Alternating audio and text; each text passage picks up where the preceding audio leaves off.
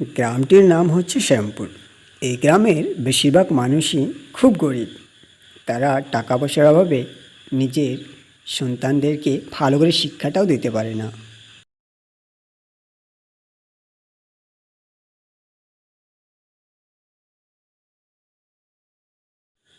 করিম চাচা, আপনার মেয়ের পড়াশোনা কিন্তু অনেক ভালো। ভাবছি গণিতে কিছুটা দুর্বল আছে যদিও ঘরে প্রাইভেট দিয়ে সেটা পূরণ করে নিন। আশা করা যায় আপনার মেয়ে এভাবে পড়াশোনা করলে অনেক বড় মানুষ হতে পারবে। ক্লাসের প্রত্যেকটি সাবজেক্টে ১০০-র ভিতর ১০০ই পেয়েছে, শুধু গণিতটিতেই নাম্বার একটু কম। একটু চেষ্টা করে দেখুন যদি টিউশনটা দিতে পারেন। আপনার কথা শুনে আমার খুব ভালো লাগলো মাস্টার মশাই, কিন্তু কি করব, আমরা হলাম গরিব মানুষ। আমাদের কি আর অত টাকা পয়সা আছে যে আমার মেয়েটারে প্রাইভেট দিয়ে আর একটু ভালো করে পড়াশোনা করাবো? দেখি কী করা যায়। এরপর মাস্টার মশাই কিছু না বলে ওখান থেকে কেটে পড়ল। একদিন গাছতলাতে বসে করিম চাচা ভাবতে লাগলো, হায় রে কষ্টের কপাল, টাকা পয়সার অভাবে মেয়েটাকে ভালো করে পড়াতেও পারছি না। এইভাবে যখন ভাবছিল ঠিক তখনই ওই রাস্তা দিয়ে একজন মানুষ যাচ্ছিল। কি বাপু, আপনি এই গ্রামে নতুন নাকি? এর আগে তো আপনার কোথাও দেখি নাই। মানে আপনাকে দেখে আমি চিনতেই পারছি না তো। হ্যাঁ চাচা, আপনি ঠিকই ধরেছেন। আমি এই গ্রামের নতুন মানুষ। আসলে আমার বাড়ি গ্রাম থেকে অনেকটাই দূরে। কিন্তু আপনাকে দেখে মনে হচ্ছে আপনার মনের ভিতরে অনেক কষ্ট জমা আছে। আপনি খুবই চিন্তিত দেখাচ্ছে। আপনি যদি কিছু মনে না করেন আমাকে কি বলবেন? আসলে আপনি এত চিন্তিত কেন? চেষ্টা করব আপনাকে কোনো ধরনের সাহায্য করার। আর বইল না বাবু, আমাদের মতো গরিব মানুষের চিন্তা ছাড়া কি কোনো পথ আছে? সব দোষ তো এই কপালের। আজকে মেয়েটা পড়াশোনাতে অনেক ভালো, কিন্তু গণিতে একটু কাঁচা। তো মেয়েটাকে প্রাইভেট যে দিয়ে গণিতটা একটু ভালো করব, সেই টাকাটাও নাই। সেই কথাই বসে বসে ভাবতেছি, হ্যাঁ, কী করে মেয়েটাকে প্রাইভেটটা দিব? এত টাকা কই পাবো?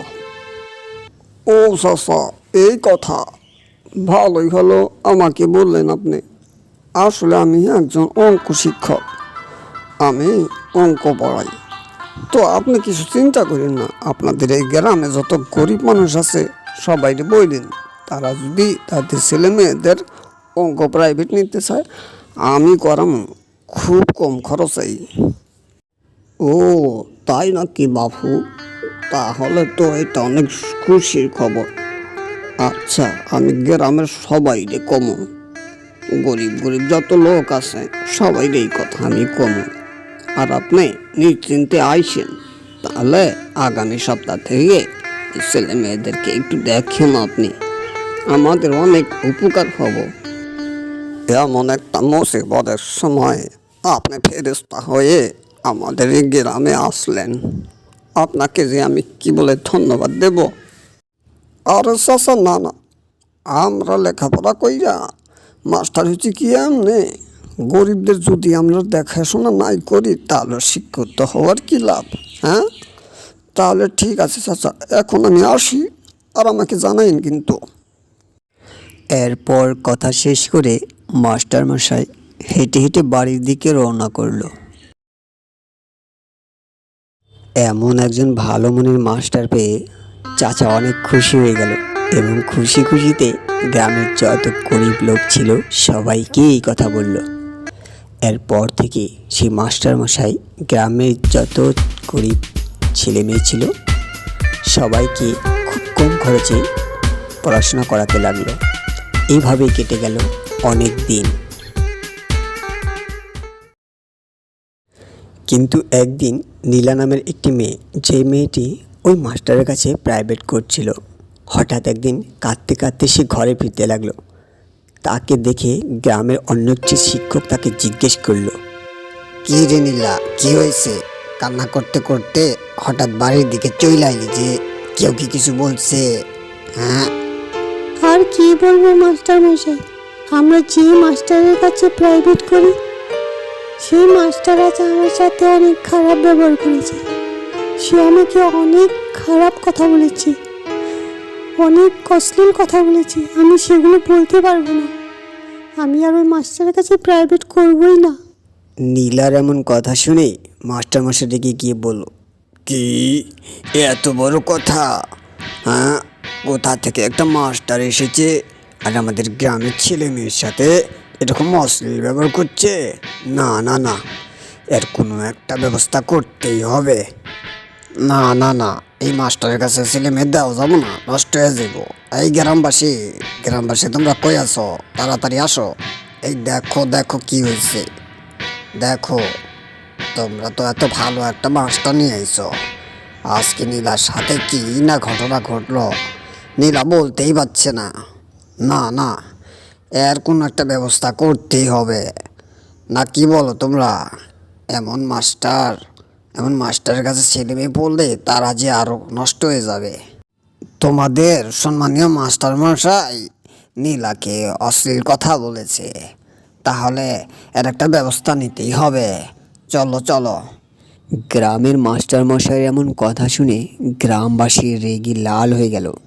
আর কোনো কিছু না ভেবেই সেই অন্য মাস্টার মশাইকে জেলখানার এক পুলিশের হাতে তুলে দিল এবং সেই পুলিশ তাকে জেলখানার কয়েদি বানিয়ে দিল। মনে অনেক যন্ত্রণা নিয়ে মাস্টার মশাই জেলখানাতে বসে বসে ভাবতে লাগলো, হায় রে কপাল, কিছুই বুঝতে পারলাম না। আমি এমন কি করলাম যাতে আজ আমাকে জেলখানার কয়েদি হতে হলো? হায় রে মানুষ, আমি তো তোদেরই উপকার করছিলাম, আজ আবার কোন অপরাধে আমার জেলখানার কয়েদি বানিয়ে দিলি?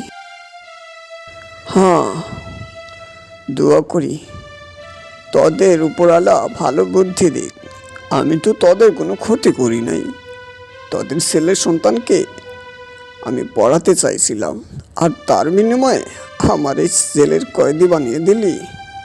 হয় রে মানুষ, তোরা একটু চিন্তা করেও দেখলি না আমি কি দোষটাই না করছিলাম।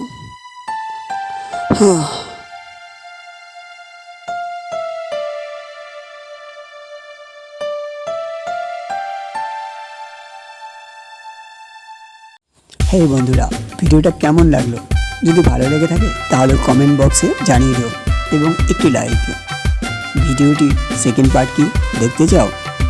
সেকেন্ড পার্টে তুলে ধরা হবে এই মাস্টারমশাইকে কীভাবে ছেলে দেওয়া হলো। অনেকই মজার হতে চলেছে। যদি তোমাদের সেকেন্ড পার্টটি দেখার অনেক আগ্রহ, কমেন্ট করে জানাবে। আর ততক্ষণ তোমরা ভালো থাকবে, সুস্থ থাকবে।